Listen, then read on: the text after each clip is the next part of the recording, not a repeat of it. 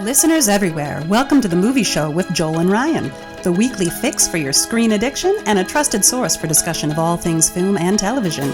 Please keep in mind that for the purposes of this podcast, Joel and Ryan are not acting as journalists, but rather fellow moving picture enthusiasts. All of their opinions should be taken as such. Also, please be warned that while Joel and Ryan may seem like petulant children, they are, in fact, adults who may occasionally use adult language. While they promise to bleep out all the worst words, it's a good bet you will still understand what they were saying. And now, with no further ado, here's Joel and Ryan.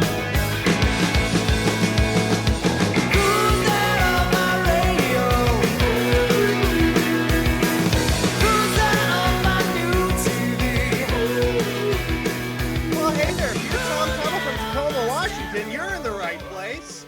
Welcome to the Movie Show with Joel and Ryan. I am Joel. And I'm Ryan. And if you're on the video, you already see his glorious face. But for our audio listeners, we have welcomed back once again, Michael Klug. Hey. Yeah, hey, buddy. I'm waiting for the show when he actually just says, and I'm Michael. Just join in the game. he just jumps in. I didn't give you the chance. I didn't know that was an option. Oh, It well, is. Well, now it we'll is. see. Now, yeah. Now We'll change. I know. We'll change the graphic so it has like a little and Michael. A little And, in there. spray painted. Yes. The little what is it? Carrot thing that you do. Yeah. So we're thrilled to have Michael back with us. Different background today, Michael. Very Well, because exciting. The sun is so low in the sky. Even when I'm over in the dining area and I close the shades, there's still like these giant shafts of light across my face. So I'm like, It's winter even I gotta in go. Hollywood, folks. Indeed. So I was like, Indeed. all right, what else could be of interest? So not a white Christmas, but the low sun, we all deal with that. That's intense. exactly. Well, we are thrilled to have you here. And speaking of Hollywood, our first big news today that we're going to talk about before we get to our main topic is the big news about Warner Brothers deciding to release all of their films, their slate of 2021 films. They're going to release them on HBO Max at the same time they put them in theaters. So you know they've already there was already Wonder Woman 84 was already coming out on Christmas Day on HBO Max, but now we have Dune, we have the There's Matrix 17 of 4, them. Matrix 4, the Sopranos prequel, which the name I can never remember, something about Saints. Yeah. But Sopranos prequel, that's significant. Yeah. Isn't there another Although that Suicide feels Squad right coming at home. out, or- Huh? Yeah, Isn't there new another Suicide Squad. Yeah, new Suicide Squad. Suicide Squad reboot. Mhm. All right. So there's they mean like and they're saying it's just a 1 year only thing to try to save or to help studios, and they believe they must have seen HBO Max must have seen quite an uptick in subscriptions. Well, we'll get the couple of conspiracy theories out of the way here first. First, Okay. it's believed in business circles that this is being driven by parent company AT&T almost exclusively to boost streaming services. AT&T and Warner in general doesn't have any commercial interest in movie theaters. That's not to say they don't care if movie theaters are successful or not. You remember that it was Warner Brothers and only Warner Brothers that released the only blockbuster in the COVID era in Christopher Nolan's Tenet. That was done as a gift to the theaters, and it kept a lot of theaters open, just that one movie. Yeah. Right. There were a bunch of other movies playing in theaters and you could come in and out, but that film kept people funneling into theaters for months because it was the only thing resembling a big populist entertainment. So this isn't in line with that, in that the movie theater franchise owners are completely freaked by it. This is their nightmare, that the release window method would be abandoned at some point. They feel like they're going to be really, really hurt by that if that ever happens. But again, 2021, what's that going to be like at the theaters? Some entire chains are shut down. You know, it's only the some of the big ones, AMC, or some of the family-owned tiny ones that don't have enough expenses that can just stay open during this. Some of the minor chains and things some of them have gone away forever.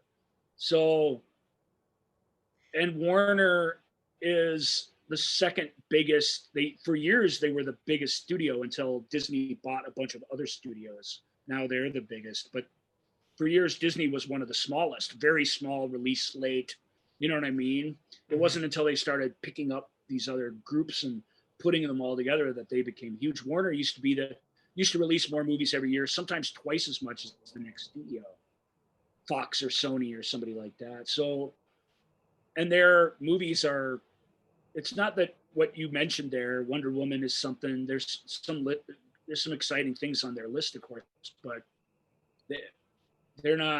they're also rans in the movie business really right now. Even the relationships they have with solid directors, Christopher Nolan is a good example. Most of his movies have been put out by Warner Brothers, not all of them. But their MonsterVerse, Kong versus Godzilla, that's one that's in this list. Movies are making money, but they're not shaking the ground in terms of people being super excited about them. Yeah. So this makes sense for them to prop up their streaming service, but it's, the music industry went through this to some degree too. Let's get everything on streaming services and let's really pump that. And now literally nobody makes any money off of music except Spotify stockholders, like musicians, record label, like literally nobody, unless you're Taylor Swift or somebody who sells 18 billion albums. There's only a dozen or so people like that. Everybody else who makes music in America have nothing. Literally, it's that's a little spooky if you start thinking about movies that way. I think it's the next logical step, regardless of COVID. I mean, it's one people. I mean, we're moving into Wall-E territory as far as that's where we're headed as a species. Riding around on hover rounds and whatnot. So I don't see this as just a COVID related thing. Like, I see it as like that's the excuse, but you think this?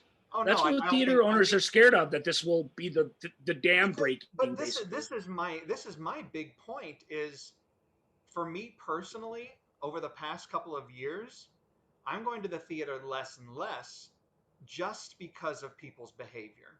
Right. And so I don't want to experience people misbehaving because they're idiots or they're entitled or whatever it is. So they're just where thoughtless, I was going anyway. Typically. Yeah. Not evil. This is where I was going anyway. So I don't enjoy that process anymore. It actually gives me anxiety because if I go in and have to interact with somebody being idiot, one, I can't enjoy the film that I paid for. Two, it ruins it. There's nothing, you can't get it back if someone is talking or on their phone or whatever. So and the less you go, the more weight you put on your visits to the theater, and the easier it is for the littlest thing, at least for me, to shake you out of it and frustrate you. So we're not the cause of the problem, but even us who don't like that behavior and want to behave well are part of the problem. We become super intolerant to even the slightest phone lighting up or whatever. Like I get. Well, I mean, I'm going to share you a quick anecdote. Last year, when we covered one of the big festivals here, one of the horror festivals, somebody had their phone out because we were sitting all the way in the back because that's where we just like to sit. And there were people in front of us in the next level down with their phones out taking pictures. And legitimately, this is, I get it. This is a film festival. Your film's on the big screen. Cool. Good for you. But it was these were the people involved with the film, right? They were the filmmakers. Yeah, well, they've seen the film, so I understand. But we called them out numerous times. The guy came up and he said, "I'm the DP of the film," and I said, "Well, we're here to review your film." And you're wrecking it between his legs, ran away. Yeah. We walked out. We told the festival directors, like, "No, sorry." But that's the behavior. And I love that idea, though, of going, I can do, like, crappy things because I'm the DP of this film. That's what I said, yeah. That was the rest of the festival. That was the joke. I am the DP. I am the DP. But it's that kind of behavior, even on something which you consider film festivals are maybe all film people, so it's kind of higher up as Yeah. far as expected Sure. behavior. And to see You that, bet. I was just floored. And even that, it was like a stick in, like, okay, I'm done. This is just absurd. I can't deal with this. Yeah. I still don't think that this move is being made because of anything related to that necessarily. No, of course not. But I'm saying for me, But that's where but I know what you mean. But I at the same time I hardly ever go to the theater, a couple 3 times a year. I still don't mind the theatrical window. It produces these. Although I wouldn't mind if these went away either, but it produces these these billion-dollar films. You really can't have those with over streaming services. It'll change movies pretty dramatically. right. I think Warner Brothers must know that too, because they've got some pretty expensive films on their slate. But Yeah, but those were already some of them in the can. So is it going to change well, once and they're they right. start back really heavy into production? Is it going to, all right, let's bring it down, knowing that? And have they really? I mean, TV shows are sort of a little in production. I don't know what's happening in the production world. Well, I mean, there's certainly things out there, but I mean, but you're talking about $1 billion pictures. Those I think are going to have to be reevaluated. Yeah. If you're only going to get $3.99 per stream on Netflix or whatever, yeah, you're right. You can't continue to make movies of that because there's just no way to make it back if the theaters are limited or gone. Right. Worldwide theatrical releases are still the way to make $1 billion, and you cannot do it just with streaming services because just the way the news cycle works, everything else, it won't justify that sort of thing. I can promise you, Warner. I don't know if they lost money, but the money Warner made on Tenet, Disney with Mulan, those were experiments for them where they were willing to lose a little money to see what happened. Yeah. It's pretty clear that both of them, even though they kept money coming in, at some point there's cash flow things to think about. Kept people employed, didn't really justify what they had hoped those films would make, financially. Well, I think this is a logical transition. You look back at like television was always kind of the redheaded stepchild, I guess. It's like, but now every major filmmaker and actor is doing television. And that would have 20 years ago been like, oh, no, I can't do television. I'm a film actor, but every film actor of 20 years ago, there were only a few good shows on TV. Now there's 100 but I'm pretty saying good it's ones. like that transition, and now that's the norm. So how long before this, just because it's happening now? And I agree with you. I just would argue that it's not an evolution of television, but the loss of any of smaller, more human films that have sent those same groups of people back to TV. It's a little bit of both. But the loss of the television, I'm saying just as a transition in general, that was finally accepted. But that's a result of these giant films and only these giant films being cared about by studios. Right. I mean, that's where we talk about it. The example I always use is Apollo 13, which is just a quaint, tiny little film now when you go back and watch it compared to the kinds of things you used to see. And that was like a big summer movie with big stars. Big stars don't matter anymore, that sort of thing. I mean, it's not that it doesn't matter, but it's not the same. Whatever some star decides to do for his next film, some courtroom drama or something, it's not going to be some big hit movie just because the actor showed up in it. You need these tentpole franchise sort of things, and they're all trying to create them. And all movies are either giant franchises or they're big failed startup franchises. That's the kind of movies you have now. There's still smaller films. What we call independent films are like films with stars in them about, biofilms and sports films and stuff like that. They're all the small movies. So that, to me, it's just the work has gone to television because television and streaming, especially, there's been a blow up there. That's where the stories are being told. They're not necessarily being told on a big theatrical level anymore. Sure. Not necessarily. There's still festivals. Yep. There's still a movie that takes a festival by storm and somebody pays millions of dollars for it and everyone gets excited to see it. But I mean, even if this change kind of goes full mainstream, isn't everything in everything cyclical? So it's like there'll be a renaissance of theaters. I mean, right now there's a renaissance of drive-ins, right? So No, and there's a renaissance of vinyl too. But that I'm telling you, that will not put food on anybody's table. Those are niche little news kitschy things that the vast majority of people are not into. When theaters start shutting down, it's going to be like saying, "Oh, well, all the shopping malls will come back." No, they will not come back. You're talking about rent, real estate issues. All these long-term leases and stuff. I mean, once that stuff starts going away, it's been my experience in the business world that they don't come back. Right. Theaters will come back, and hipsters will still go to them and be like, we only go to the theater and we only want natural butter on our popcorn, and it'll seem like that's the new cool thing for a while. But unless you get all that suburban, let's just go into the air conditioning with our kids' money, you're not going to have anything. And reducing the window won't kill theaters. I think that's a misnomer, but it will greatly reduce them, I think, to some degree. Right now, the least they can do is just make us wait 2 or 3 months before we can watch them in our homes. If that keeps theaters alive, I would argue it's a small price to pay. But they're not going to do that, obviously. Well, Warner's not doing it this year. We'll see how it goes. Yeah, I think Disney is compelled to do it because they don't make small movies. Pixar movies cost hundreds of millions of dollars. Yeah. They're not, they have Mandalorian or whatever, so they've got some avenues with which they can pursue streaming pretty effectively, but you can't make Finding Nemo 2 on a streaming, no commercial $10 subscription budget. You just flat out can't do it. Sure. So, they're not going to be happy about this, I don't think, even though they were the first ones to try it. We'll see. Real quick. Or maybe they're the only ones who are happy because people will want to see Avengers no matter what. Yeah. Even if it's at home on the theater or whatever. Yeah. Avengers 7, everyone will want to see it. Maybe. I did also see segueing a little bit. You mentioned Disney Plus and Mandalorian. I did see apparently Kenobi, Star Wars Kenobi is going to start filming in Boston for some reason. And Boston. Yeah, I know. That was a report that came out, and of course, then everyone was like, "Are they going to change it so that it says in a galaxy wicked far away?"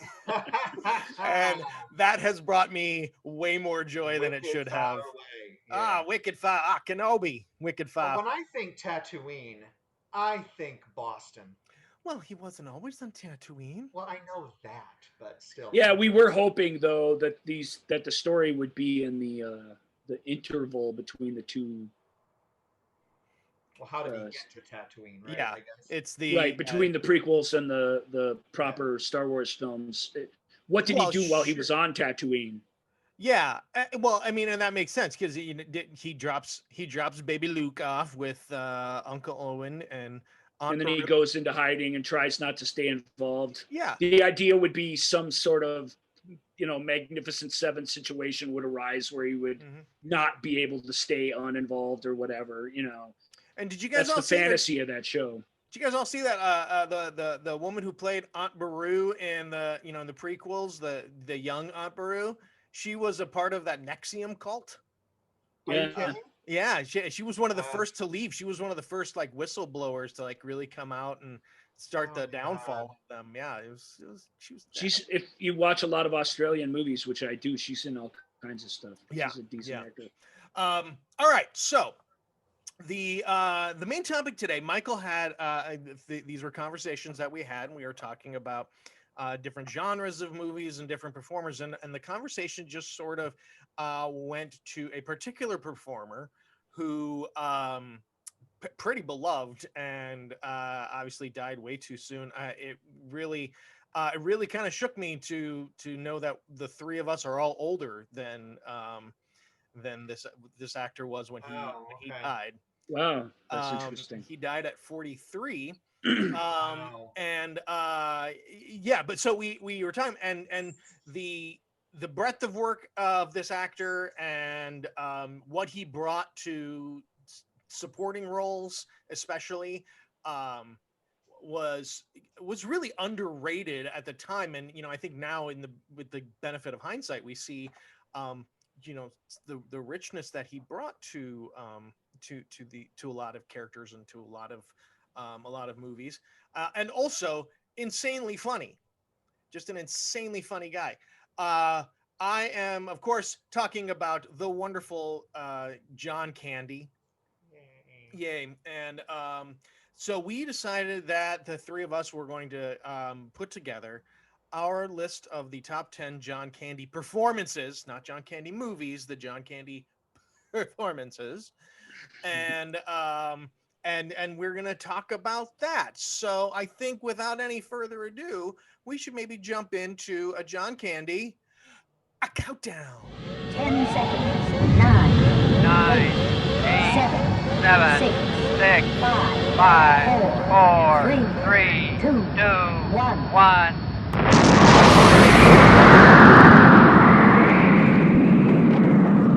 Thanks, Mother. Thank you, random redneck. Thank you, car horn in the background, and Michael that just seemed to chime in perfectly timed. I don't know if that will make the edit or not. That was I couldn't hear it, but I was the only one sitting here listening to rockets blast off and the Nostromo explode. Oh, so that's true. So it probably won't get picked up then when all said and done. But there was a little beep beep beep beep honk that was like really maybe in the maybe it will be a YouTube version exclusive. That'll possibly. Be up to you. Possibly, I had someone out right before we started recording. Someone outside screaming obscenities, which is pretty commonplace. Nice. Yeah, well, your neighbors are different than mine, I think. That's true. Yes. All right. So John Candy, of course, cut his teeth up in Canada with SCTV. Man, so we're not going to get into SCTV because that may be a show. That would be a show into itself. But it demonstrates perfectly what you mentioned in the intro, which is, and I'll put a different word on it. Every time he shows up in something in his SCTV bits, and there are tons of good people on SCTV, obviously, but it's so memorable. All of his appearances are vivid and distinct, and they're hilarious, and he makes the most out of sort of every line and every take and everything. I mean,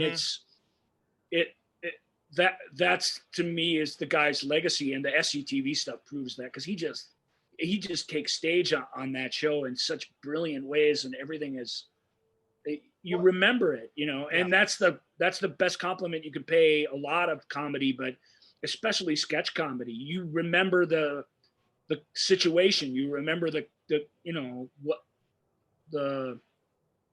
they call sitcoms. Like, you remember the context with which you saw the funny thing. Candy is really, really good at being a big, broad, fun, comedic performer, but drawing attention to the given circumstances of whatever moment he's in. And it's the two things combined that I think made him so special. I mean, I'm not familiar with SCTV. I mean, over the years, of course, I've seen clips and pieces and, retrospectives and that kind of thing, but I've never actually seen an episode.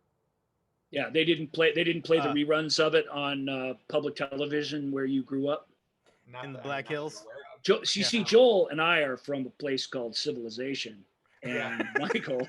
That does make a great deal of difference. Yeah. Well, it does, because it does. That's how you see Monty Python and all that crap, is because somebody somewhere in town is artsy fartsy enough to care about it. Yep. Whereas I mean,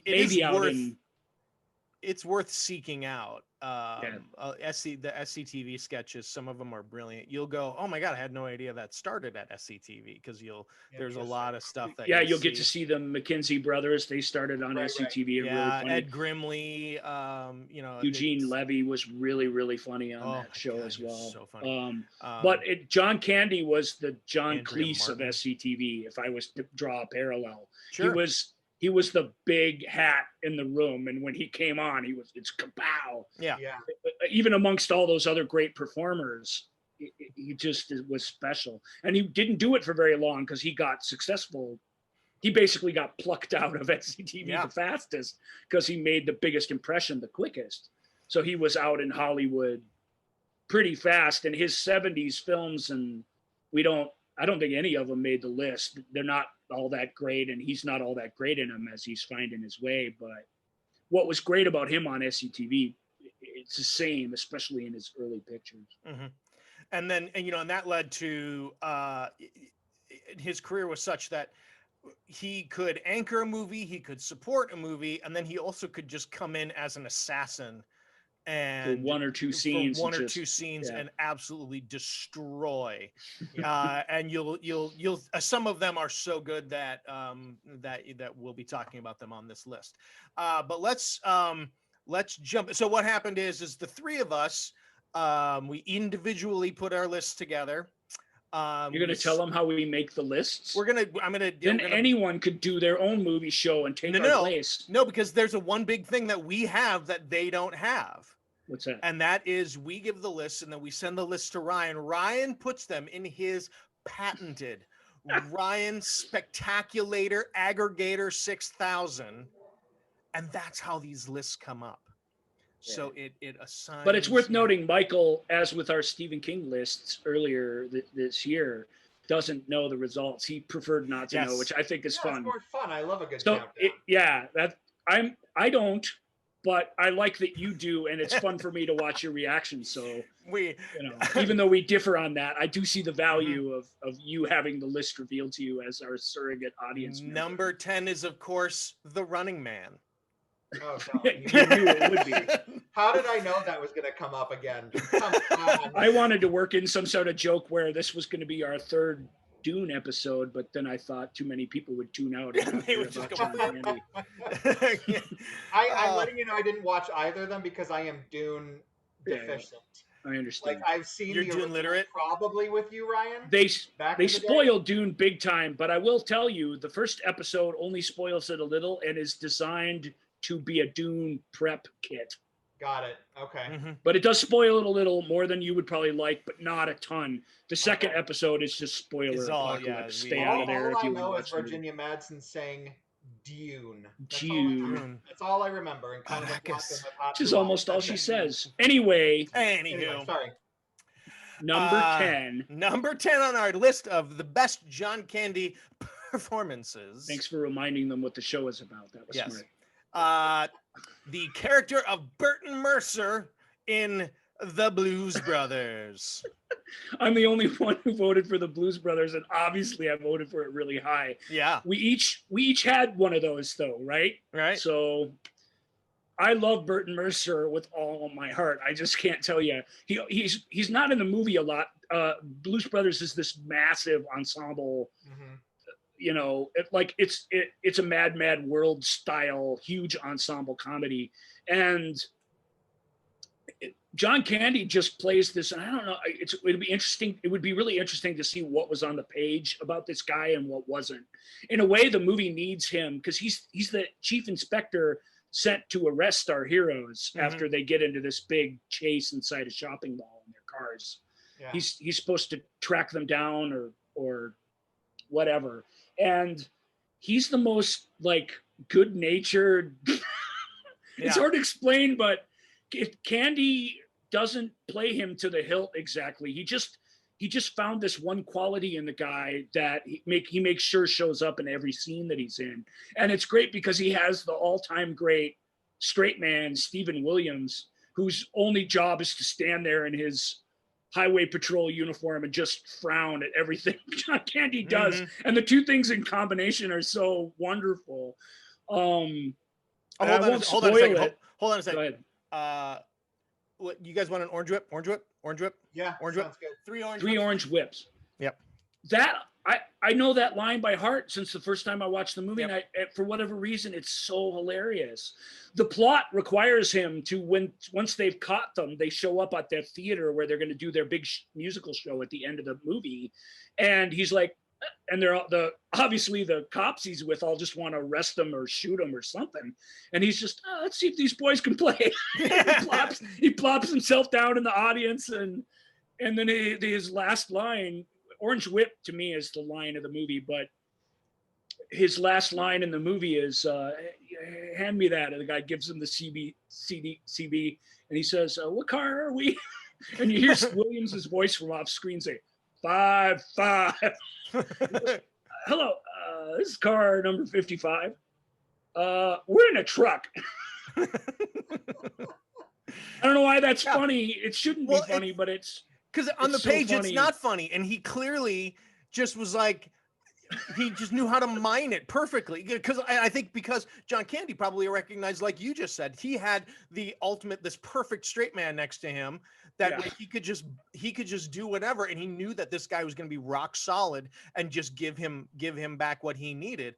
Which was absolutely nothing. Yeah. Which only makes a positive person more positive. If you've ever been around them, trying to avoid them by not interacting with them doesn't help. They just come at you harder. And it's almost like that's kind of what Candy did to some degree. It's really, really funny. Yep. And we just told you pretty much his whole performance in the movie. I mean, but Blues Brothers almost made my top 10. There was a couple that I wanted to get in there that I wanted to make sure got in there. It was my top ranked, because I'm the only one who got it on here. It was my top ranked, as you say, assassin role of his career. So see, I've seen Blues Brothers once, and this was probably 2 decades ago. I adored it, and I remember thinking, how have I not seen this until now? But that's been my only exposure. So like you said, there's such a huge ensemble cast. I'm like, you just brought it up. I'm like, oh, he's in there. I mean, I looked at IMDb, but that didn't register apparently. It's it's like a Muppet movie type of thing where it's just it is. It's just very giant much so. cameos over and over and over and over again.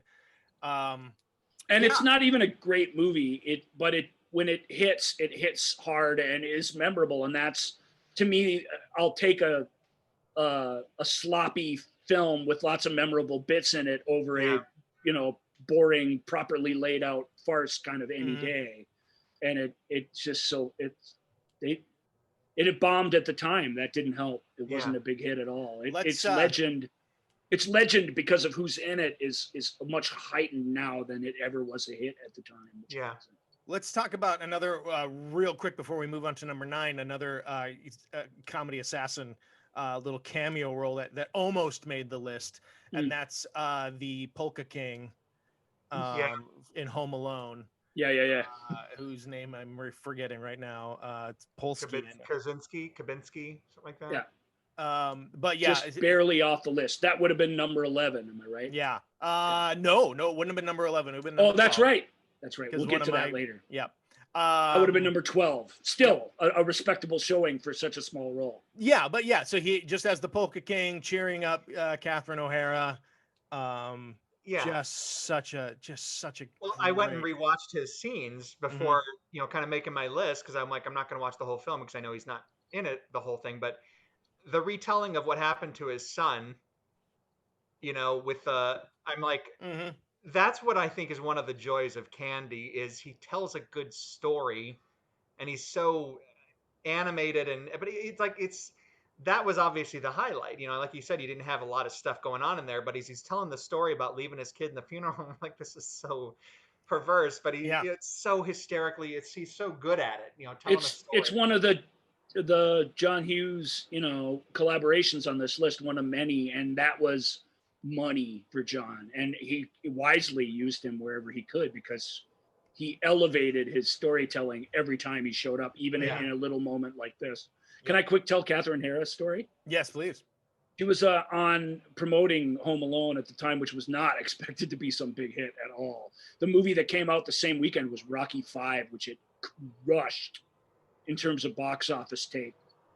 She happened to be on the same Letterman, or I can't remember. I think it was Letterman, but it could have been Leno, who knows. She was on one of the late night talk shows of that time on the same night with Sylvester Stallone. Oh my God. And it was the Monday after the movies had come out. So they knew what the story was at that point.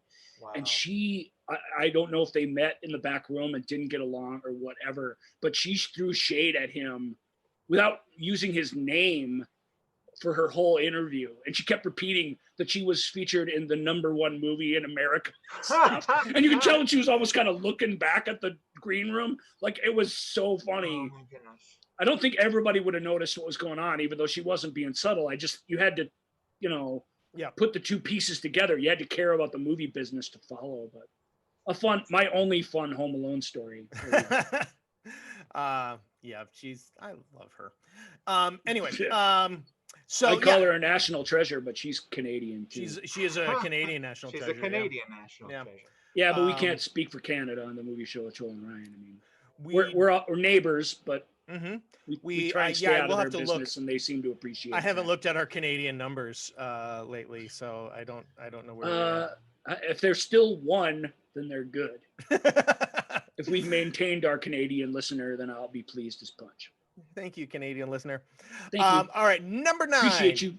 Number 9, actually, and I'll freely admit this is a movie that I have not seen, so I'll let you guys talk about it. Who's Harry Crumb? I haven't seen it either. It's okay, so it must have been very high on your list. Then. Like Blues Brothers, it was pretty high on Michael's list, and I'm relieved because I knew he was going to have to be the one to talk about it. Well, what is Who's Harry Crumb? First of all, what kind of movie is it? He's a bumbling detective, and it's like a kidnapping case, but it's a great cast. It's Candy, and it's got Annie Potts, Tim Thomerson, Barry Corbin. It's a fun, stupid movie, and But he's the star of that movie. He's the star. This is one of the roles where he's in every scene in the film, basically. Yeah. And, I mean, obviously I prefer when Candy has the kind of equal levity, is that the term, as well as the comedy. This is flat out slapstick, and he's great at it. My favorite scene, and I won't talk too long because you guys haven't seen it, but in the beginning, he's showing that he's kind of a slapdash. He doesn't have a lot of business, and so this rich woman comes in. Of course. This is basically every noir movie you've ever seen. Exactly. And so she asked, did you get any information about my husband? And is he having an affair? And just prior to this, he's got the little word of the day calendar. And he looks at it and he's like he's committing it to memory. And the word is philanderer, one who has an affair, right? Uh-huh. So the woman comes in and whatever, and they're talking, and she's totally uptight. And he's like, I see your husband is quite the philodendron. And every time I see that, I'm like, God, that's brilliant. And the rest of the movie isn't perfect. It's, but it's got some action. I mean, one of the big heroic moments is uses the Footloose Holding Out for a Hero song. I mean, that's what you expect out of it. Sure. And Shawnee Smith, a young Shawnee Smith, plays kind of his young ward, sort of. But it's a really good cast, and it's goofy and stupid, and Candy's good-hearted. It sounds like, which is nice. It's just dumb, but I adore it. And there's the last thing, spoiler sort of, but he comes out in drag for his first big case after the whole story goes out. It's kind of the coda in drag, and it's just some of his delivery just makes me laugh. Like his secretary's like, it's gonna be a tough one. And he throws the boa. He's got this big blonde wig, throws the boa around. He's like, yeah, it's going to be rough or something like that. I'm like, God, he's so good at these dumb lines, But it's stupid, but it's fun. That's why it ranks so highly. I have very fond memories of that movie. I wonder if that blonde character the blonde character in drag is one of his SCTV, because there was he played a blonde woman in a recurring SCTV. Really? Sketch, it could be, yeah. Yeah. Yeah, well, and Delirious, he's in drag the whole time, isn't he? I haven't seen that, but he's on the poster in drag in that. Nobody's seen it. All right, sorry, John. Oh, spoiler! Delirious did not make the list. Oh. Yeah. So, so Who's Harry Crumb? Also, close to making the list was another movie that John Candy anchored, and that's the Carl Reiner film, Summer Rental. I thought I'd mention Summer Rental here because that's another movie where he's the star of the movie. Yeah. And actually, that's the first movie I remember seeing with him in it where it's his film. He's in every scene. Yeah.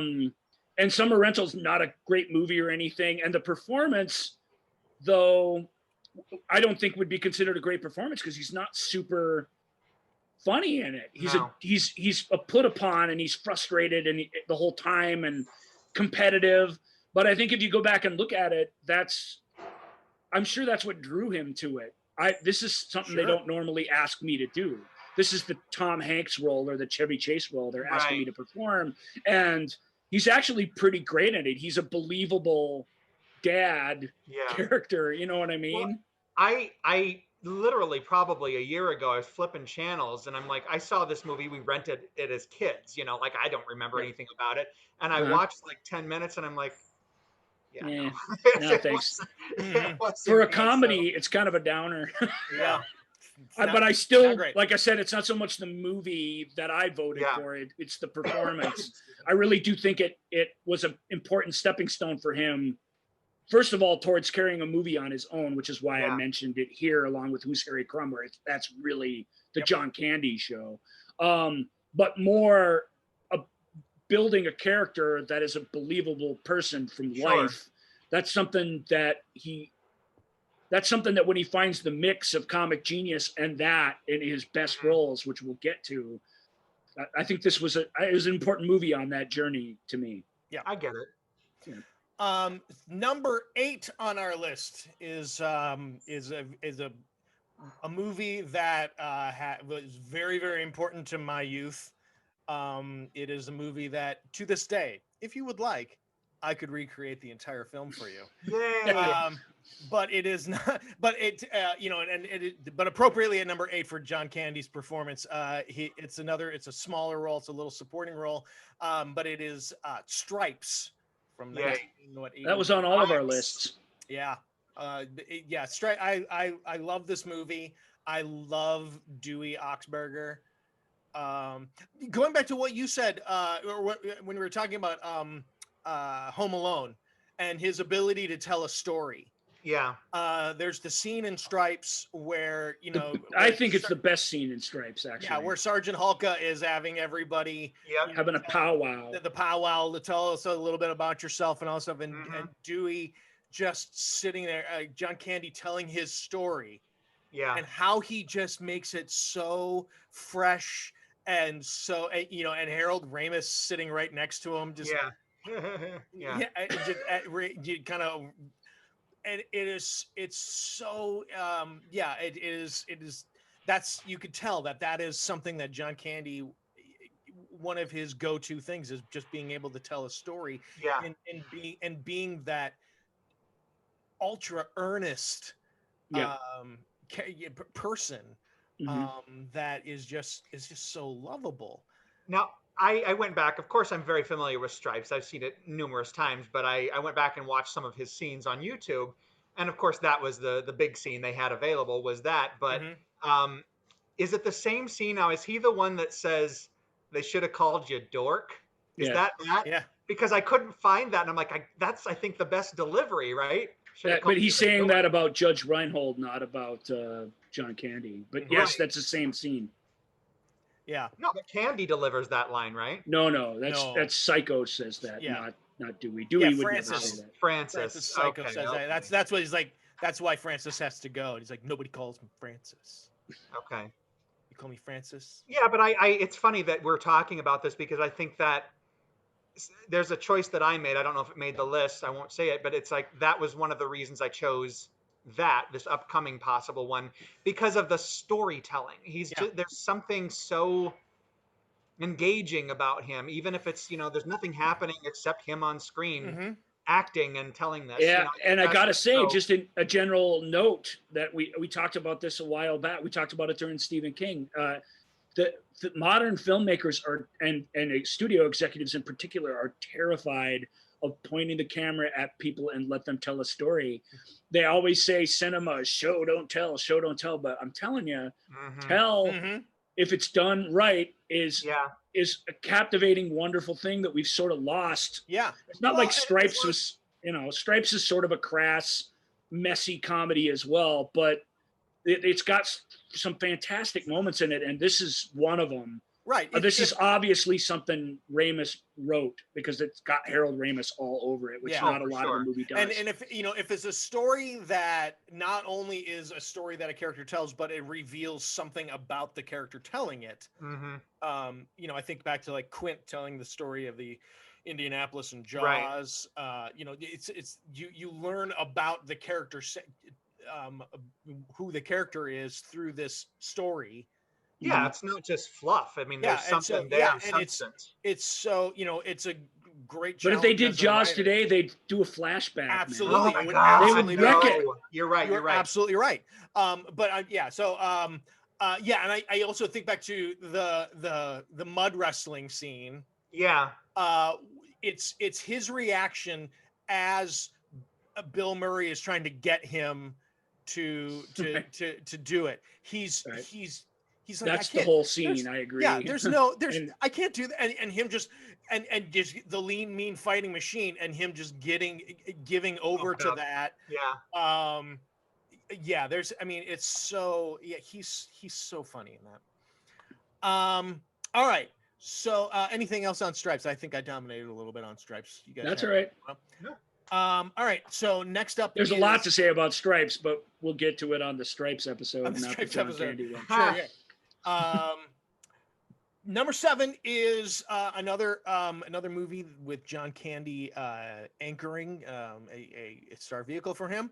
Cool Runnings, the story of the Jamaican bobsled team, led by He's big time in it, but it is a sort of a star vehicle for him, but it wasn't pitched as a star vehicle. It was rightfully pitched as an underdog sports movie. Right. And he's neither the sport or the underdog in it.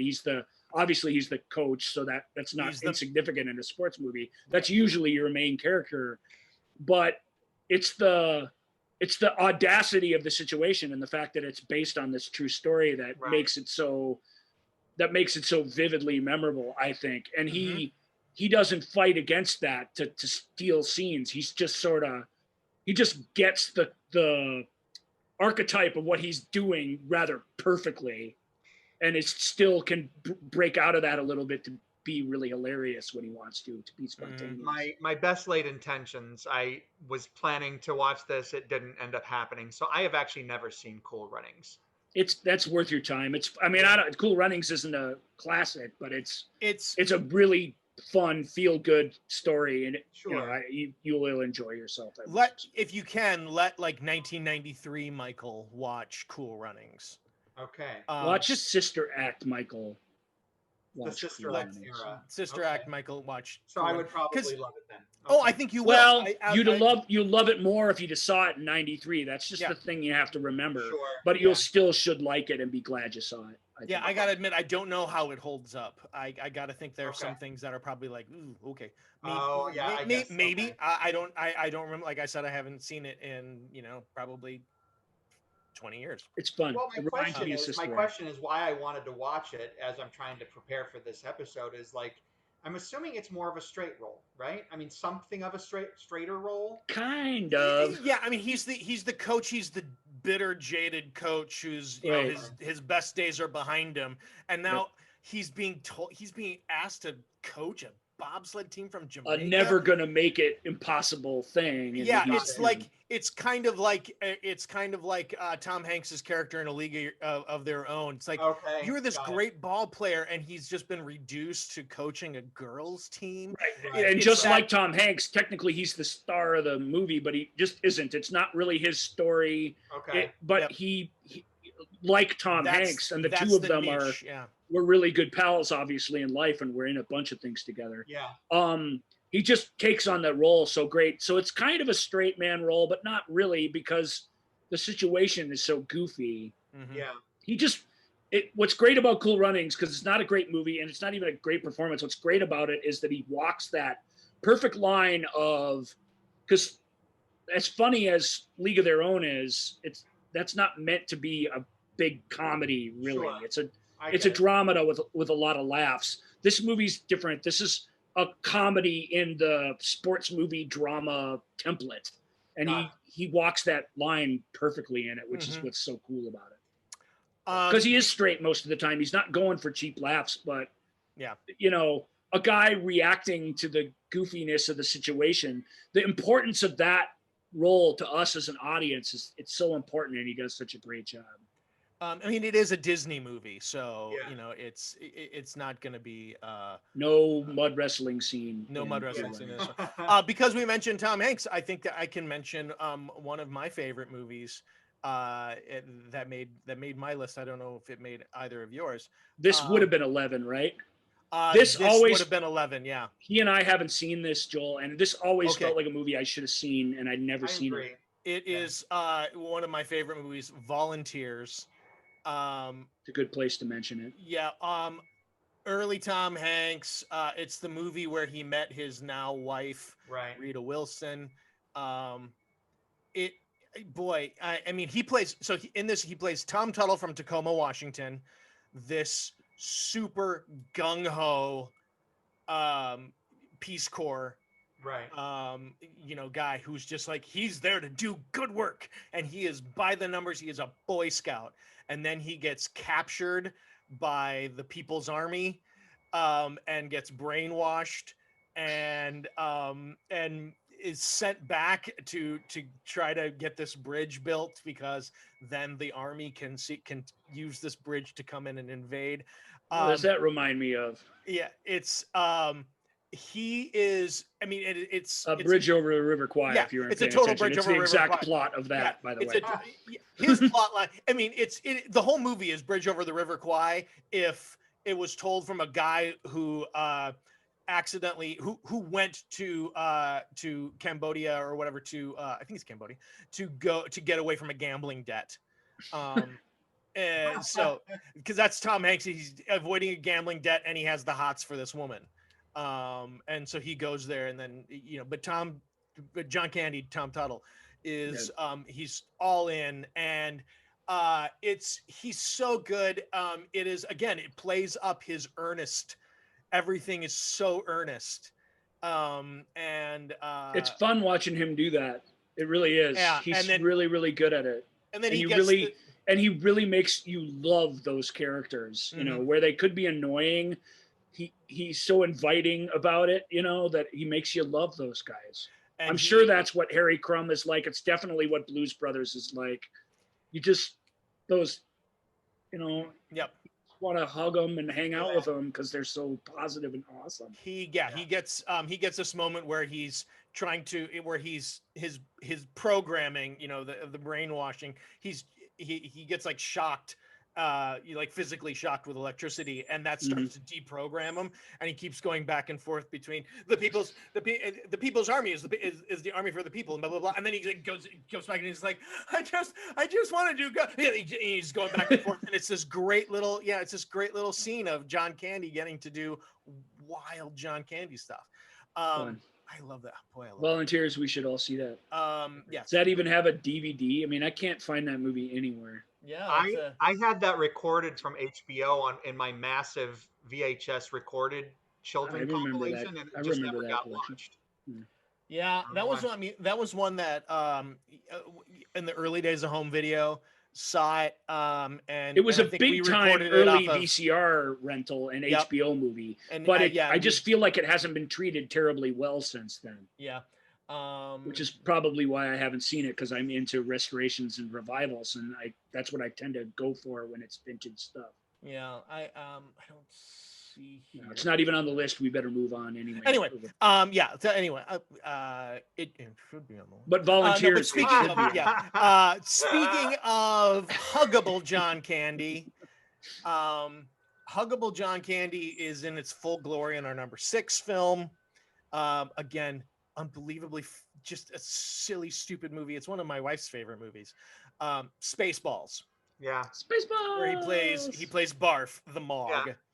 And again, completely earnest, completely. Spaceballs was actually tied for 5.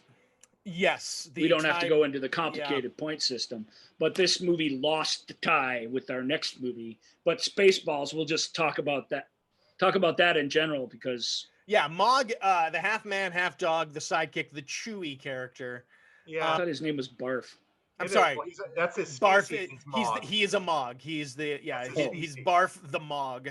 Yeah. Half man, half dog. He is his own best friend. I'm caught up now on the intricacies of world building in Spaceballs. Yeah. He's his own best friend. And he plays that. He is that. You know what he has to do a lot in Spaceballs is he is Mr. Exposition guy. Yeah. He, it's weird that Mel Brooks chooses that character to do that thing, but it actually works pretty great. It super humanizes an alien character, and it also like puts the other characters in their place to some degree. That the goofy guy in the dog suits, like always explaining everything. I'm not a huge Spaceballs fan, but that is a groovy reversal that's really, really cool. That works great in the movie. I didn't know where to place this. I mean, and I've been a Spaceballs fan for a long. I saw it in the theater and as a kid, and so I just it. And I don't think it's necessarily his best work because I mean, a lot of the dialogue's bad. He does the best that he can do, but I'm like, it has to be. That's true of everybody in Spaceballs. Exactly, to a but it's right? like it just like, well, this and has the dialogue to be somewhere. knows it's bad. It's not of like course. Yeah.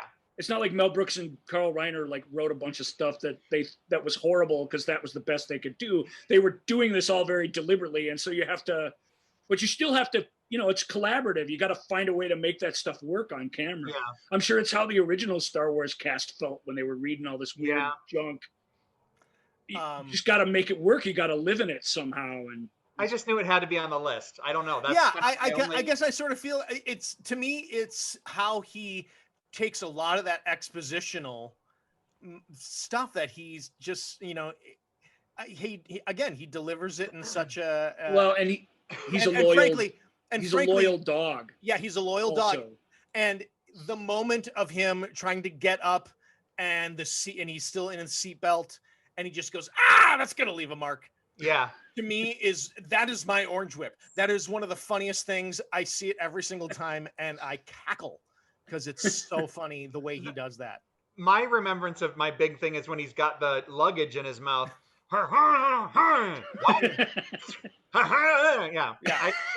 It's so stupid, and so stupid. And the movie doesn't hold up, but it's like you're right, he's just so lovable in it and goofy and fun, and I guess that's maybe why it deserves to be on the list. It's a great fun role. Yep. I will say real quick sidebar on Spaceballs. I was in Target the other day and I saw a guy wearing Spaceballs, the mask. Oh my God. And I'm like, well done. Well done. That is done, really sir. We give you the movie show with Joel and Ryan. Salute. Oh, yep. Good job. The mask. I was like, Spaceballs, well done, the mask. Oh, that's brilliant. All right. To me, number 5 is absolutely one of the greatest assassin parts that John Candy ever did. Might be the last of our little assassins roles. Yeah, I think there's one more. There's one in a very different sort of assassin kind of movie, way. but yes, I think there's one more. But this one, playing oh my God, why can't I think of his character's name? Lasky. It's Lasky, the security guard at Wally World in National Lampoon's Vacation. Yes. And this one high on my list. Yeah. This one because it was on all 3 lists, and Spaceballs was only on your 2 lists. Yeah. But that's the only distinction. Spaceballs is really fun. It's even maybe a warmer, cooler character, but sorry, folks. Park's closed. Moose outside should have told you. Moose outside should have told you. If that would have been his only line in all of that film, he still would have made the list someplace because it's perfection. It's perfection on screen. It's so awesome. It's so interesting because Vacation is in my top 40 list. Like, I have loved this movie since I was a kid, and I remember watching this countless times, and it was always leading up, knowing that they were going to get to Wally World and that I would see John Candy. There was an actual excitement and anticipation as I loved the movie all the way through, but I'm like, oh, we're going to see John Candy. And it was, as a kid, I'm like, I was always looking forward to seeing him at Wally World. That was a big thing for me. Yeah. Him and the guy who plays Wally, and really just the last act of Wally World. There's lots, obviously there's funny stuff along the way, but it redeems the whole movie in such a wonderful way. It's such a great finale and you could say that about any movie with a great finale. Well, if it didn't have that, it would be awful. I mean, that's not what I'm saying, but it is wonderful. It really is awesome, even though it's another calamitous event in this trek west, it's so awesome and wonderful. The way they interact with each other. Candy's character slowly sort of getting his confidence back and realizing there's really not much of a threat. The anger that he says, it's a BB gun. Is so good. It's so that couldn't hurt me. It could hurt. It could hurt you. It could Magnum PI. It could break the skin. And he gets up and gets shot in the butt. Yeah. My favorite Candy moment in it is when they're already on the coaster and it's about to start, and Rusty puts his arms up and he's like, don't do that. No, don't do he doesn't even have a line, I don't think. He's just like, and it's covered by music building. Yeah. It is clearly an improv moment.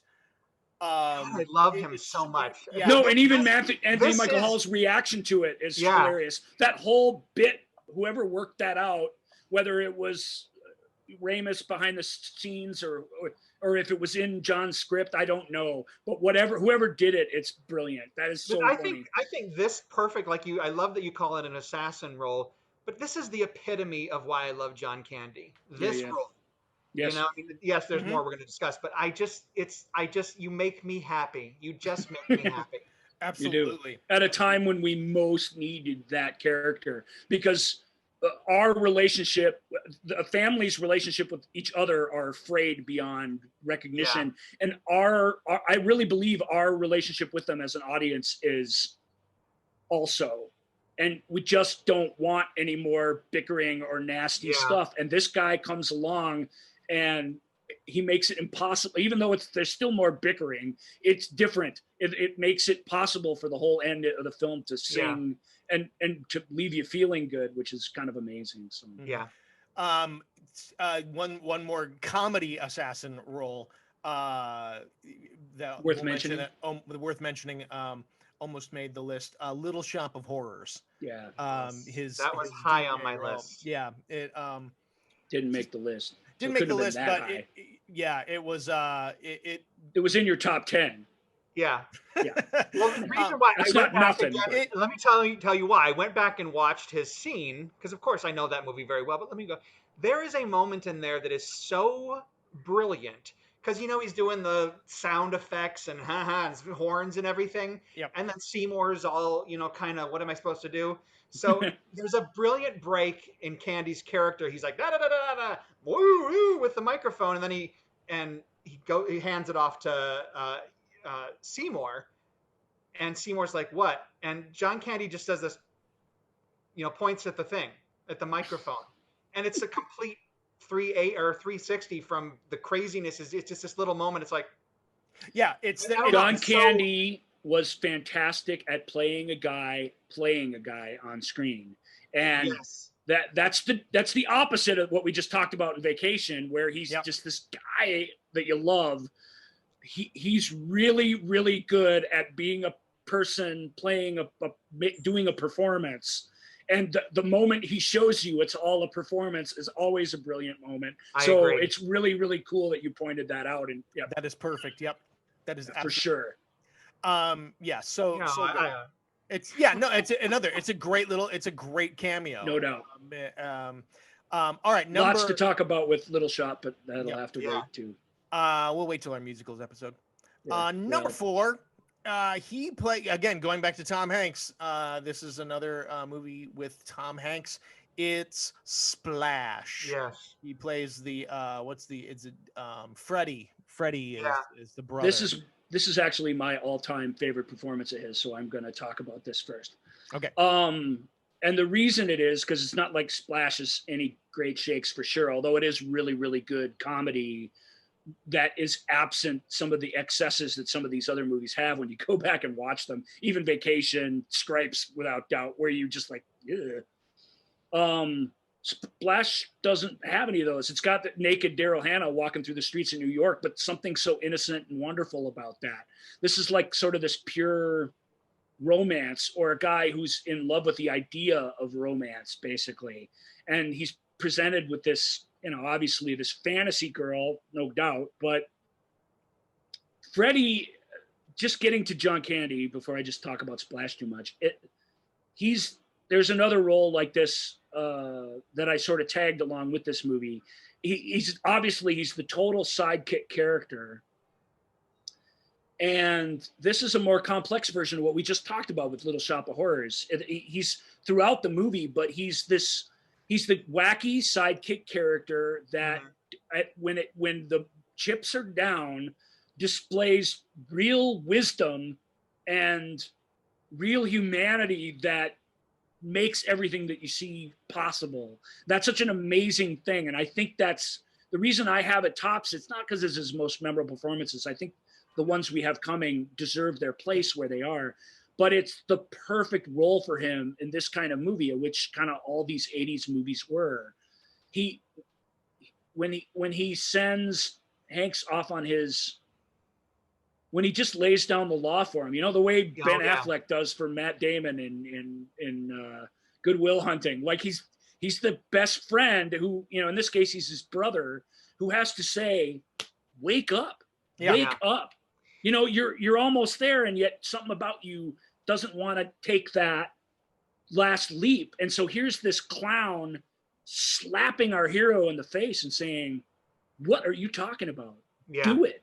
And it's that moment is it's my favorite John Candy moment in all his films. And that's kind of, I elevate the role for that, which is mostly Jammer, speaking silliness. Well, I just think it's wonderful. When I went back and was, YouTube was a wonderful tool. I'm like, let me go back and watch highlights. So I did. And that was one of the scenes that I saw, which I think is why I ended up ranking it pretty high, if I recall. It's good that you did, because somebody didn't rank it high at all. Although they did rank it. And their name rhymes with Joel. Yeah. I ranked it. It was that moment of I watched a lot of the goofy stuff. Like, somebody had a clip of the best laugh ever after they interact with the secretary, and he's in there doing his jokes and his spiel. But then I watched that scene where he tells him, get off your ass, basically, and go deal with this. I'd give anything to be in your position, kind of thing. And I'm like, wow. Yeah. But that is a perfect example, Ryan. I agree, where it's like, God, he's just so, there's so many layers. But I wanted to bring this up at some point, the fact that, isn't it a common belief that all of these very gifted comedians are very tortured internally, and that's their kind of their defense mechanism. And I think that the way that Candy's performance has progressed, and we got to see a lot more of that. I mean, I think that we were seeing the real him, and this is a good kind. And I think to some degree, this is another movie that was low on my list, but that I really liked. That's a similar kind of performance. It's not quite as good a revelatory was Brewster's Millions, where he's Richard Pryor's sidekick, and he has a similar moment, although it's different. It's not that I'd give anything. It's more just kind of pleading with him, because he's not in on the joke in Brewster's Millions, and he's like, you have everything. Why can't we just enjoy this? This is what we've always wanted.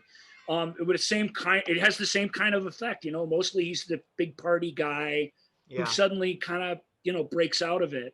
But I think there's no finer moment of him doing that than in Splash. It just, to me, it makes the whole movie. It's the best scene in the movie. It's the most dramatic scene in the movie. I will also say the moment where he runs in saying, that his story's been Penthouse. He's got copies for everybody. That is to me, that's a really, really funny moment. No, it's the whole movie. He's fun. He's off the hook funny. That's why I don't mean to skip to the end of the movie, but that's why the ending lands so hard, is because it's the perfect combination of both, in my opinion. Yep.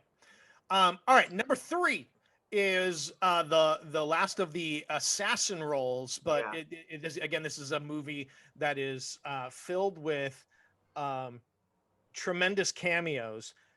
This cameo, John Candy's cameo in this, was kind of came out of nowhere. This isn't something you would go, oh, John Candy's in this. It took somebody's vision, an idea for him to play this part. And you went, agree. John Candy's in this? In a way, it's perfect. He's this big, sweaty, cigar-chewing goofball. Yeah. So it should be, right, John Candy, of course. Yep. But it still is weird that he... it's I agree with you. It took balls to cast him in this role. Yeah, Dean Andrews in JFK. Daddy-O. Daddy-O. Yeah, I mean, basically one scene. Two. He testifies too. He does Don't forget. testify, yeah. And his scene is his great. Scene, Their his lunch scene, together is fantastic. the lunch scene. There are like four or five different scenes within the lunch scene.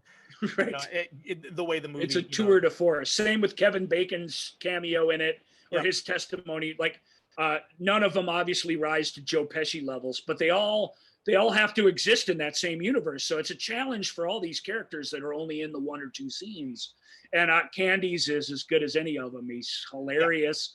And he has that sober moment, man, where the shades come off and he lays down the law. And I mean, he is scared to death. And to make that change and to make it work, that's the magic of the scene. It's just awesome. And then we get the reprise at the trial, man. You got the right ta-ta, but the wrong hoo-hoo. Yep. This dude his performance is his mechanism against which he thinks he'll be killed or whatever. He's terrified, and he's like a cowboy, you know, that they're shooting at his feet, and he's just got to keep dancing. I love it. It's a great performance. I like Splash a little better, but this was kind of the same and great. So on my YouTube tour of John Candy's greatest hits, of course, I watched this scene rather than, as you suggested, why are you going to watch the 4-hour film for a 3.5-minute scene? So I did, and I watched it, and of course, I haven't seen JFK in a long time.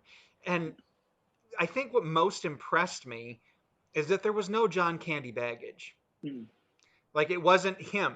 And I always find that intriguing because you have such particular feelings or nostalgia or understanding of actors that you've watched for a long time. And I'm like, I lost him in there. And that was great. And it was, I mean, even when he's in cartoon mode in the film, it's not something we've really seen before at all. It is certainly this certain kind of Cajun 60s weird hipster guy like that. He's like the only one in the movie even doing that, which is really fun because there were people like that who talked like that. And he relishes that. Really, but the fact that itself is all a put on, and again, Costner helps a lot. Just really in the whole film, just letting these madmen do their little speeches. Like, you know, he does a really, really good job of holding down the fort for all that. I think it's a fantastic role. I'm glad it got as high as it did from definitely. Yeah. All right. Real quick, I do just want to mention because Michael's talking about his YouTube journey. A great place to see all of these things, a lot of these great scenes, especially we're talking about these little assassin moments where he comes in and just crushes a scene, is johncandy.com. There's a video page, there's a video portion of it that just is a worship page for him, fan page for him. And it's fan page, and it's a great the videos link on there is just a lot of them just link to YouTube things, but it's a great. Do you hear that, aggregator. Joel? I do hear that. Is that a truck backing up with a delivery of the top 2 John Candy performances? I'm going to tell you before you go in, You ready? I really had a hard time figuring this out, and I'm terrified to see how it's going to end up. So, anyway. Okay. You shouldn't be terrified. I mean, don't be terrified. They're 2 very good movies. I will say. Are you worried about which order they're going to be in, or that one of them's not even going to be here? Well, it better be. Then you really shouldn't fret the order. I don't think. All right. Well, okay. Let's talk about Canadian Bacon then. Yeah. Obviously, his last film. Yeah, no. He's awesome in Canadian Bacon. I know that's a joke, but I just say it. That was at the bottom of my list. But them singing "Born in the USA" and not knowing the words to any of it is about as timely a thing I think as you will ever see in any movie, even today. That's good. Oh, they're just born in the USA, and then they're like, born.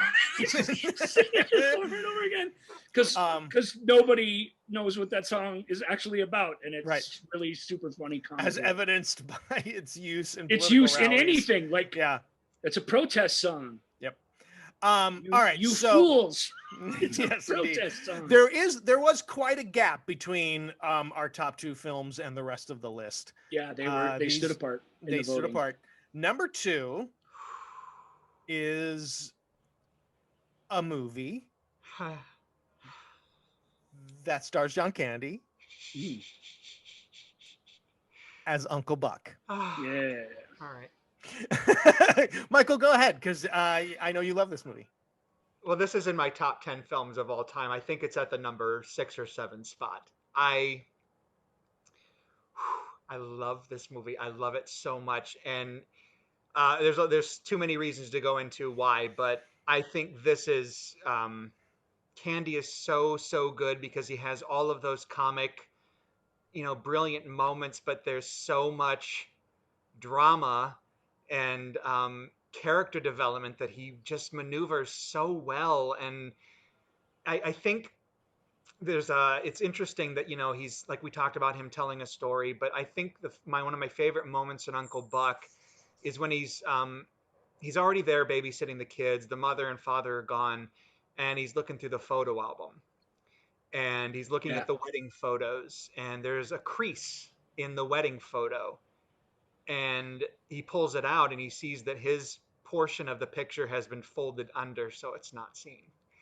And it's heartbreaking, and he sells it because it's just a look of confusion and sadness, and and it's so well done. And again, he's not even talking, he's just looking, he's got his cigar and whatever. No, but that's the treat of Uncle Buck. It's the I don't know where the story came from as far as Hughes is concerned, but the muse for the existence of that movie is John Candy. It was written with clearly with him and nobody else in mind. It wouldn't exist without him. There's a real truth to that. And it's a film, that's a great moment as any. Obviously, there's the, whatever that great scene where they're breaking down the rules between the two of them, him and McCulkey or whatever. Yeah. That Aaron Sorkin-like dialogue that they wrote. That's delightful. And then there's that kind of... What's your record for consecutive questions asked? 32. And then there's everything in between, but it's a film where you can call out the highlights like we have in these other movies. But the beauty of it is that it's a story for this guy, and this performance is like any Harrison Ford performance or like any whatever throughout the 80s and 90s. It's this complete picture of this real person alive on the earth, however showy it gets, and it does get kind of showy. That's the beauty of it. It's the whole thing. He's just not asked very often in his career, and you can look at the whole thing and see there's only a couple of moments, and there's only this one, in my opinion, where it really just gets knocked out of the park completely, where he gets to carry the movie whilst being a person. And that's just a key distinction for me, so I had Uncle Buck super high on my list. And that's why. Because as far as performances of his, I think it's his. I think if you could only watch one movie of his, this would be the one you'd have to pick, because you get everything he's great at in one perfect package. And that's why I was so torn between this and, I'm assuming, what is the number one. But I really had a hard time deciding, and because Uncle Buck is preferable to the other film that we might be discussing, and so I just didn't. I figured that, and I have a reason why, but it's Uncle Buck. I agree, it's so well rounded, and you have those brilliant moments like the whole Molly Russell's wart. I mean, that scene is it's perfect, and his delivery. He walks in and he does the, I mean, it's just he's so good. A little sentimental and sappy, but like I said, that to me that was a fresh surprise. You introduced me to this movie. Do you remember when we watched this? No. Well, I'll tell the story. To me, it's a funny story. Maybe it's not so funny to you. But we were going on one of our theater trips to Minneapolis from Morehead State University, and the bus we were on had a video up in the front of it. I remember and that. The movie that we watched was Rocky IV. And Rocky IV, of course, is just it's little more than a bunch of music videos strung in a row. Like, it's the sort of ultimate empty rah-rah music video film of the 80s. And we were all watching it, and then they were like, well, you can't watch a whole movie, 2 whole movies, because it's only a 3-hour and 20 or so minute trip. Right. Oh, even though Rocky IV is only 90 some minutes, we had to get on the bus, get settled. We didn't start it right away. So we're sitting there going, well, what movie should we watch again? And from the back of the bus, our buddy Dean goes, double shot, Rocky IV again. And of course, that's super funny. So the bus erupts in laughter. And then poor Michael. And my heart sank when you did this because I just saw the way that this was going to go. Michael wants to put in Uncle Buck and watch his, like it's one of his favorite movies of all time. In this atmosphere, and in my brain, I'm going, oh my God, this isn't good at all. So Uncle Buck starts. It's not Rocky IV. You can't sing along with it and make fun of it, and you certainly wouldn't want to make fun of it. So what do these college kids do? Well, they don't openly disrespect it, but they just stop paying attention and start paying attention to each other. And it was this, I don't want to say like I literally watched your heart sink. Oh no. But I did, but I was watching because I was expecting something like that to happen. And I did see you kind of go from, okay, sitting down and we're going to watch this and this is the next movie. I got my way. And surely people will be taken by it. They'll be won over by the magic of Uncle Buck. And kind of the opposite happened. And so it was a few weeks later where I was like, hey, we should finish Uncle Buck. And you don't remember that? And we were like, oh. I remember that. And then I was like, oh, let's just watch the whole thing again, blah, blah, blah, or whatever. That was the first time, maybe the only time I'd ever seen Uncle Buck, because I'm pre-prejudiced sort of against it. But it was neat, and I'm glad that the only time I watched it, or the only time and a half I watched it, were with you, because it was fun. I remember watching it on the bus trip, but I don't remember all that. So that's it's lovely. But oh my God, I would love to have a photograph of my face. It's like the Ralph Wiggum. You can see the moment when his heart breaks. It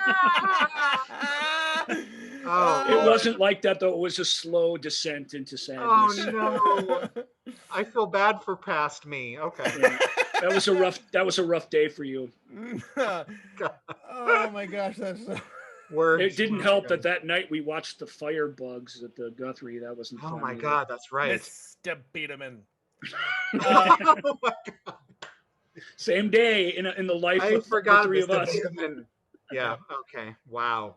Oh my God. That's lame. All right. So that pretty obviously, I think, to anybody, our number one movie is just an absolute gem of a film and just a tremendous performance, and that's Planes, Trains, and Automobiles.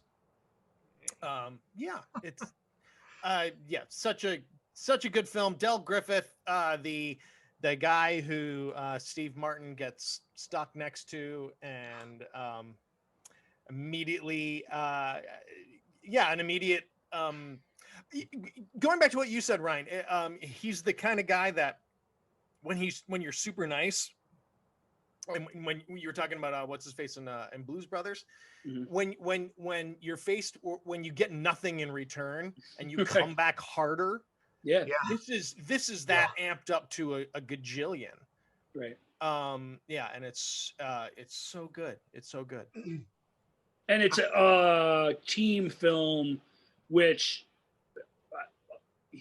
he's perfect for that kind of thing. We didn't mention Great Outdoors because it's not that great, but it's decent enough.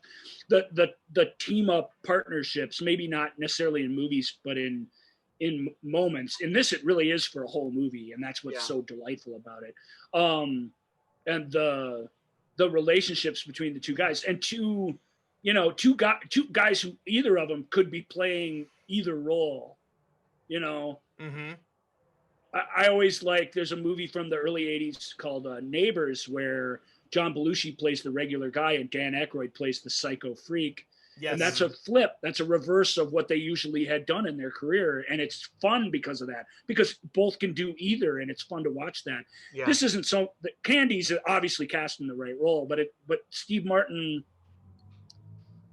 has to do he has to do the harder job almost in the film, I think. And I think it was a time where he wanted to be doing that sort of thing. Yeah. I think later Steve Martin, LA Story, and those films like that, I think that sort of started here.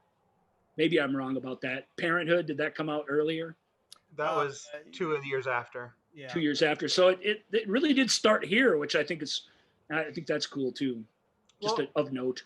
The reason I think I ended up putting this above Uncle Buck, because this has been played so much lately on different cable channels. So it's one of those, very if it comes popular on, Thanksgiving movie. exactly. Right? Yeah. If it comes on, I'm gonna stop. I gotta watch. I don't care where it is. I just adore this movie, and I'm actually right now reconsidering, because I wrote my top 40 movies like 7 years ago, and I'm like, I need to start reconsidering, and I want to expand and do my top 100. This will be in there somewhere. There's no doubt. But what I think made it a slightly better performance for me is Uncle Buck is semi-grounded. So he still has those moments of being very dramatic, but it doesn't contrast as much. I think Planes, Trains, and Automobiles is slapstick at points. I mean, it's ridiculous. Right. And then you still have those moments. I like me. I'm like, that destroys me every single time. And I think that's maybe why it's a better performance, because there are bigger extremes for him to play. And at the same time, they're not. This isn't a performance role for him. He's not a guy doing this. He's not a guy who's has a performance as like a shell or a shield for himself. He really is both things, but he's private moments and his sort of, I don't know. That's cool. That makes this sort of different and special because of that. Because they're both him. Yeah. That's important. And I think the thing that I've realized just talking about this, I love his nonverbal moments. Like there's one in here, I think one of the best moments he has with Martin is one of my favorite scenes in the film is "You the shower curtain ring fella." Yeah. Whatever the guy does. But their exchanges, they're so, I always wonder, were they choreographed, or did they this is just because, of course, they'd look at each other like, what the fuck is this? I'm sorry, what is this? But they kind of look at each other. But it's not even a full head turn. It's just kind of and it's just so brilliant. And I think Candy was a master of those little moments that, he just probably did by instinct. It wasn't something you just planned. You just are in the moment and you're doing it.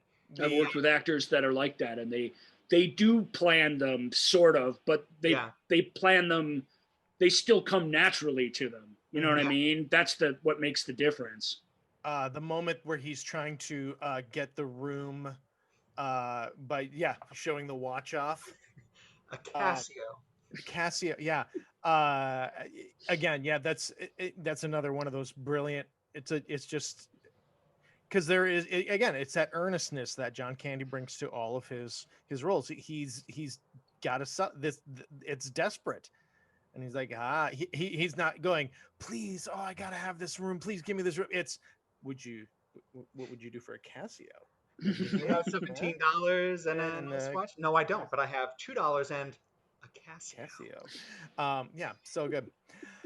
All right. So Planes, Trains, and Automobiles. John Candy, here.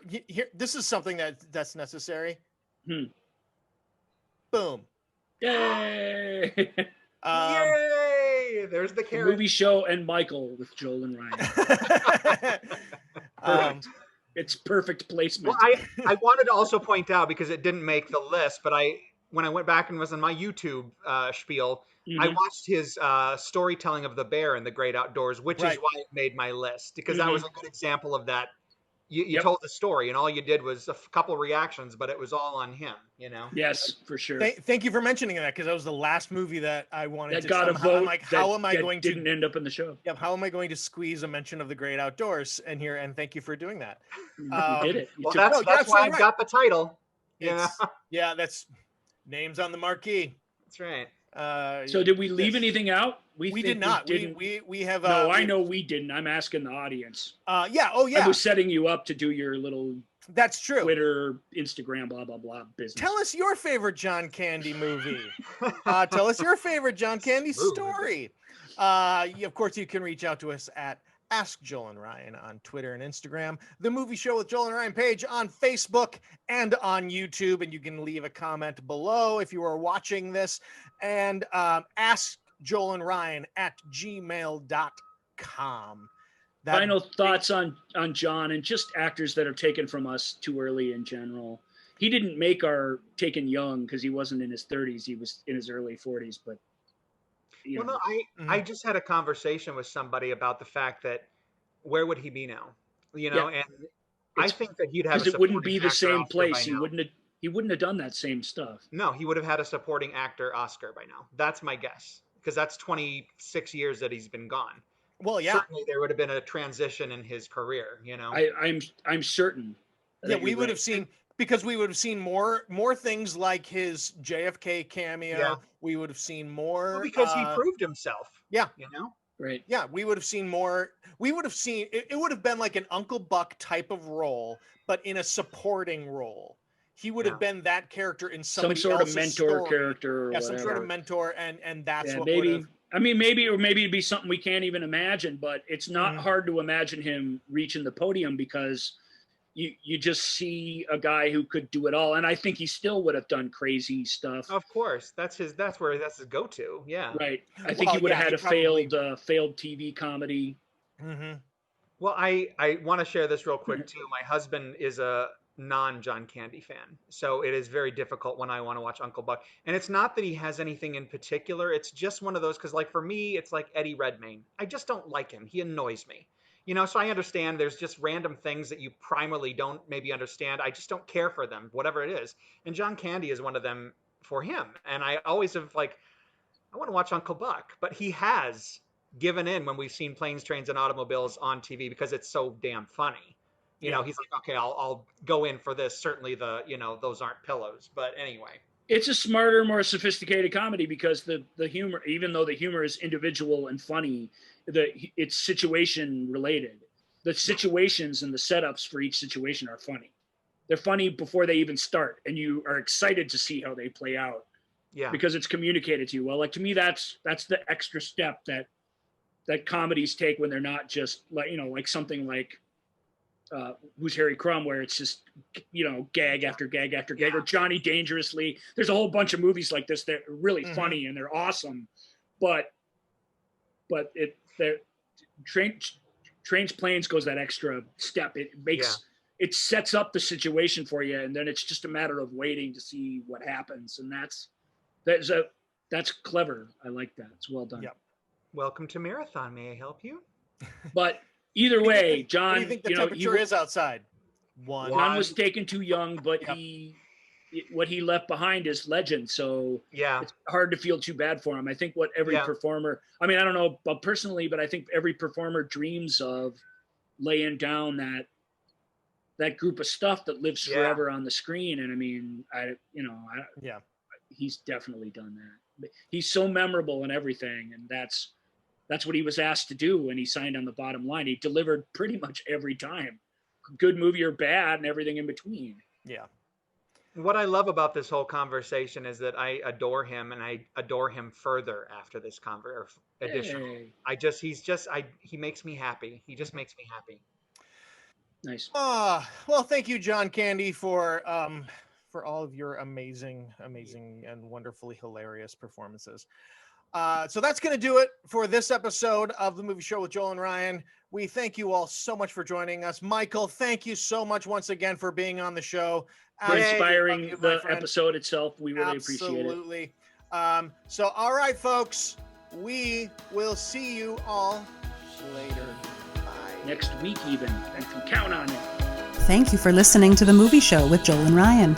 Remember, all views and opinions represented in this podcast are personal and belong solely to the speaker and do not represent those people, institutions, or organizations that the speaker may or may not be associated with, unless explicitly stated. None of these views and opinions were intended to malign or deceive. And now, here's the producers, circa 1982, to play us out.